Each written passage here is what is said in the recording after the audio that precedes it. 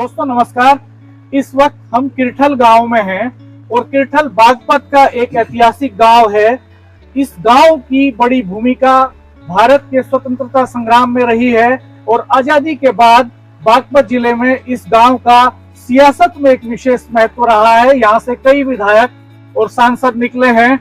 इसी गांव के इसी आर्य महाविद्यालय से जहां पर इस समय मैं खड़ा हूं, यहाँ से पढ़ करके कई ब्यूरोक्रेट्स निकले हैं, आईएएस निकले हैं, यहाँ से इंजीनियर्स निकले हैं, यहाँ से कवि, साहित्यकार, एग्रीकल्चर साइंटिस्ट और अलग अलग फील्ड में नाम कमाने वाले लोग निकले हैं। इस समय मेरे साथ पंतनगर कृषि विश्वविद्यालय से सेवानिवृत्त साइंटिस्ट डॉक्टर यशपाल सिंह जी हैं और यशपाल सिंह जी भी यहीं पर आर्य महाविद्यालय में पढ़े हैं। आइए डॉक्टर यशपाल सिंह जी से जानते हैं कि इस आर्य महाविद्यालय का क्या इतिहास है और क्या योगदान है। डॉक्टर साहब, इस विद्यालय की स्थापना कब हुई थी? ये 8 मई 1920 में आर्य उपदेशक सभा के नाम से एक संस्था बनाई गई और उसमें इस विद्यालय का निर्माण कराया गया। फिर अंतोगत्वा इसका नाम आर्य महाविद्यालय हुआ और इसमें राम गोपाल बोहरा जी की एक छोटी सी एक कमरा था, उसमें इन्होंने इसका शुरुआत की। और फिर चौधरी कूड़े सिंह उन्होंने अपनी एक छोटा सा उनका बगीचा था वो दिया। और फिर उस टाइम पे क्योंकि देश की व्यवस्था ऐसी थी कि लॉर्ड मैकाले ने हमारी सारी शिक्षण संस्थाओं को सब खराब करने के लिए, हमारी सभ्यता को खराब करने के लिए ये सब गुरुकुल और ये इस तरह की संस्थाएं जो थी, जो हमारी संस्कृति को बनाती थी, उन सबको ध्वस्त करने के लिए लॉर्ड मैकाले ने काम किया था। उसके विरुद्ध जाकर ये यहाँ पे महर्षि दयानंद के विचारों को रखते हुए इसका ये बनाई गई।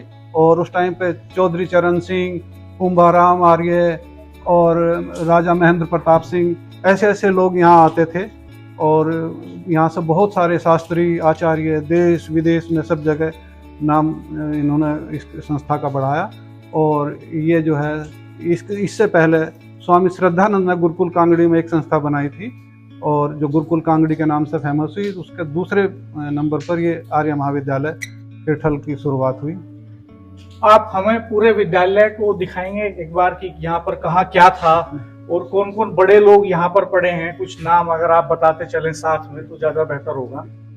ये जो हम यहाँ चल रहे हैं ये इसका मुख्य द्वार है और ये कक्ष है प्रधानाचार्य जी का।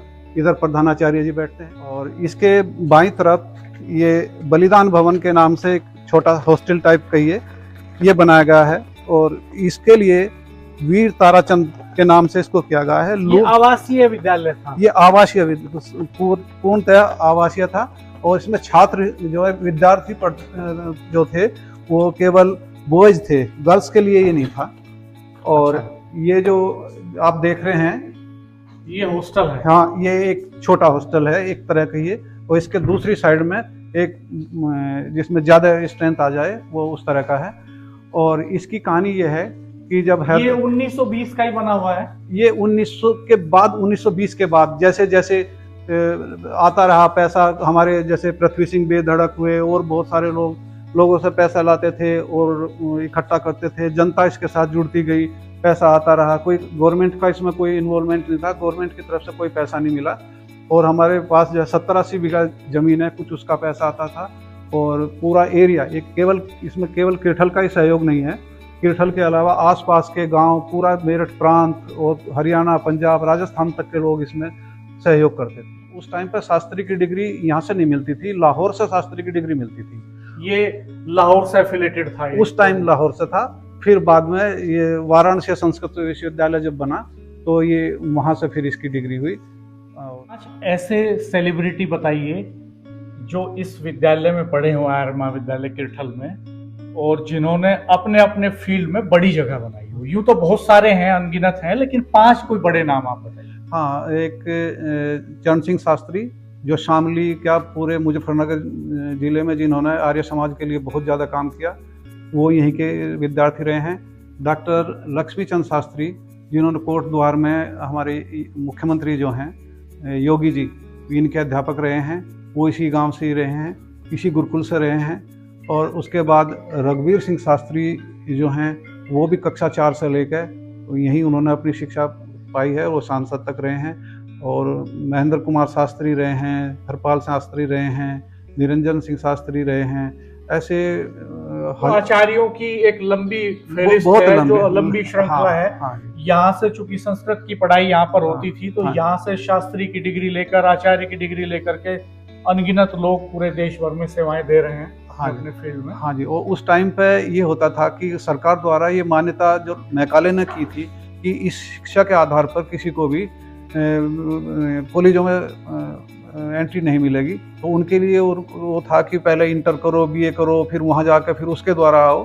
तो लेकिन फिर इंडियन गवर्नमेंट ने उसकी वो कर दी कि सीधे ही शास्त्री करने के बाद आप जो हैं शिक्षण कार्य में हो सकते हैं। और ये दिल्ली सहारनपुर रूट पे जितने भी कॉलेज होते थे, वहाँ पे या तो इस गांव का आदमी होता था शास्त्री, या यहाँ का पढ़ा हुआ आदमी होता था। तो जिसके पास कोई सुविधा नहीं थी कहीं दूर पढ़ाने की, वो वहीं यहीं से आचार्य तक की डिग्री लेते थे। और आर्य समाज के लिए, यहाँ आर्य समाज के लिए बहुत लोगों ने काम किया, निस्वार्थ काम किया है। जैसे पृथ्वी सिंह बेधड़क हर साल वार्षिकोत्सव में यहाँ आते थे, और उन्होंने यहाँ से कोई पैसा नहीं लेते थे, बल्कि अपने आयोजन से जो पैसा आता था वो यहाँ आकर देते थे। और बहुत सारे इस एरिया के जितने भी महाशय लोग रहे हैं, उनका विशेष योगदान रहा है। और ब्रह्मचारी विश्वपाल जी, जिनको सब जानते हैं, वो भी यहीं के विद्यार्थी रहे हैं। तो इस तरह तो नाम गिनाए तो असंख्य लोग हैं उस टाइम पे जो ये इस तरह का अतीत इस महाविद्यालय का रहा है। लेकिन इसका एक दूसरा पहलू भी है जिस पर गौर करने की जरूरत है। वक्त बदला, नई तकनीकी आई, नई तरह के विद्यालय और कॉलेज पूरे इलाके में आए। ऐसे में ये आर्य महाविद्यालय किरठल कहीं पिछड़ता हुआ भी दिखाई देता है। जैसे वक्त के हिसाब से यहाँ जो बिल्डिंग है उसका कंस्ट्रक्शन नए सिरे से नहीं किया गया बहुत ज्यादा। आप देख सकते हैं इंफ्रास्ट्रक्चर पुराना है। 1920 में इस महाविद्यालय की स्थापना हुई थी, तो उसी समय की बिल्डिंग है। आप देख सकते हैं किस तरह की मोटी दीवारें हैं, छत उसी तरह की है, और शू रैक अवेलेबल नहीं है बच्चों के लिए। इस टाइप की समस्याएं हैं। चूंकि इस पूरे इलाके का खून पसीना इस बिल्डिंग को खड़ा करने में लगा उस वक्त, बहुत सारे लोगों ने यहाँ उपलब्धियां हासिल की। लेकिन वक्त के हिसाब से जब आधुनिक दौर आया, तो उस समय जब शिक्षा का आधुनिकीकरण हो रहा था, तब इंफ्रास्ट्रक्चर बढ़ना चाहिए था। यहाँ इस तरफ किसी सामाजिक और सरकारी संस्थाओं ने बहुत ज्यादा ध्यान नहीं दिया। ये भी एक इसका दूसरा पक्ष है। इस पर भी यहाँ इलाके के लोग बहुत चिंतित रहते हैं और अक्सर इसकी चर्चा करते हैं। आइए हम आगे पूरा महाविद्यालय आपको दिखाते हैं। यहाँ पर इस समय कक्षाएं भी चल रही हैं, और मैं आपको कक्षाओं का दृश्य दिखाता हूं। किस तरह के क्लासरूम्स यहाँ पर हैं आप देख सकते हैं। ये क्लासरूम है। आप बैठे रहिए। किस किस क्लास में पढ़ते हैं आप? 11th में। अच्छा, कहाँ के रहने वाले हैं आप लोग? अपना अपना नाम बताइए और कहाँ के रहने वाले हैं? वंश, आप खतौली के रहने वाले हैं। आप हैं कन्यान, आप बरवाला।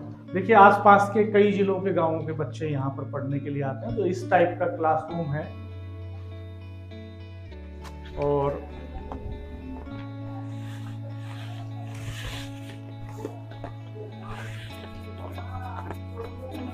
ये क्या छुट्टी किस दिन रहती है यहाँ?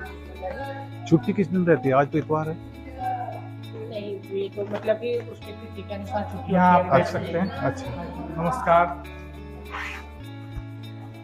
बेंच वगैरह नहीं है इसमें, नीचे ही बैठ के पढ़ते हैं बच्चे। अच्छा, बेंच कभी खरीदी नहीं गई? नहीं जी, मतलब कि हम पुराने समय के अनुसार चल रहे हैं, जो हमारे अच्छा। महर्षि चलते थे। अच्छा, उनके जिस तरह से ऋषि महर्षि जमीन पे बैठ के अध्ययन करते थे, आसन पर, उसी कंसेप्ट पे आप पढ़ा रहे हैं। हाँ जी। ये ब्लैक बोर्ड है आपका।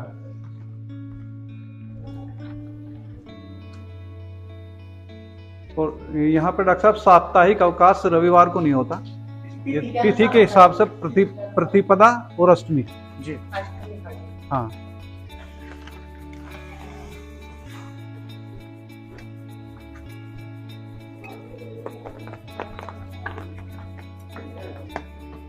यहाँ पर देखिए पढ़ाई चल रही है। बैठे रहिए, आप बैठे रहिए, बैठे रहिए। नमस्ते। ये अध्ययन चल रहा है, यक्ष युधिष्ठिर संवाद पढ़ाया जा रहा है। और ये ब्लैक बोर्ड शायद अच्छा काम नहीं कर रहा होगा, तो इसलिए इस टाइप का बोर्ड रखने की जरूरत पड़ी। ये कौन सी कक्षा है? 7th। अच्छा, आप कहाँ कहाँ के रहने वाले हैं? अपना बिहार, लखीमपुर। आप कहाँ से हैं? खानपुर। कहाँ पड़ता है खानपुर? मेरठ में। आप कहाँ के रहने वाले? सहारनपुर। उत्तर प्रदेश में कहाँ? मुजफ्फरनगर। आप? मुजफ्फरनगर। उड़ीसा।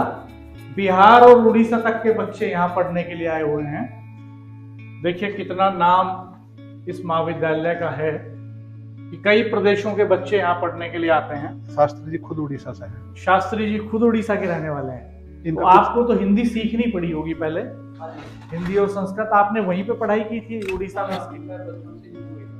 अच्छा, आप यहाँ पढ़े पहले। अच्छा, यहाँ पे कहाँ हुई आपकी पढ़ाई लिखाई? अच्छा, गुरुकुल टिकरी प्रभात आश्रम में। फिर आप यहाँ अध्यापन के लिए आए। धन्यवाद शास्त्री। तो इस तरह से आपने देखा कि कई प्रदेशों से यहाँ बच्चे पढ़ने के लिए आते हैं और बड़ी ख्याति एक जमाने में रही है इसकी। इंफ्रास्ट्रक्चर से रिलेटेड कुछ प्रॉब्लम्स जरूर हैं, अभी कुछ इशू जरूर हैं, लेकिन नाम अभी भी बड़ा है इसका।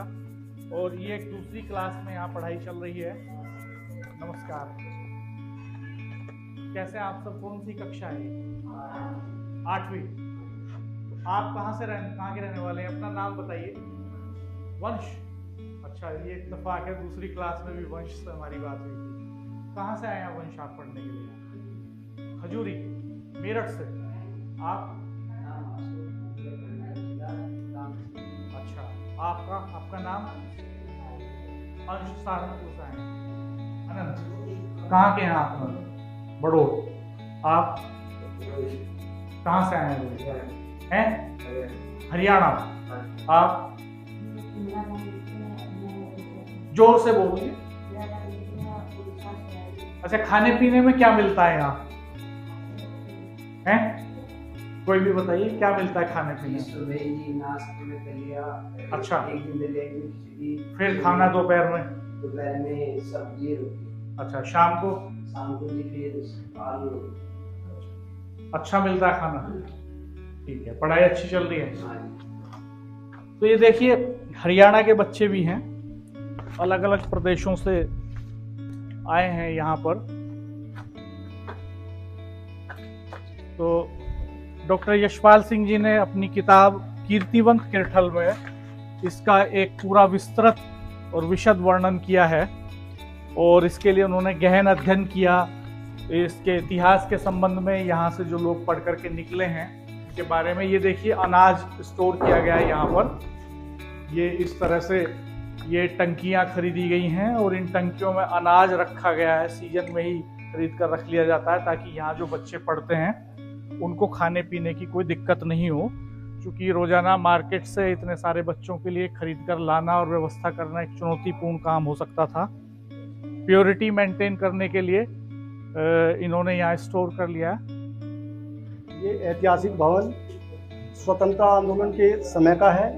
यहाँ पर राम गोपाल जी की एक कुटिया थी पहले, और कुंदन सिंह यहाँ पर रहते थे, राम गोपाल जी।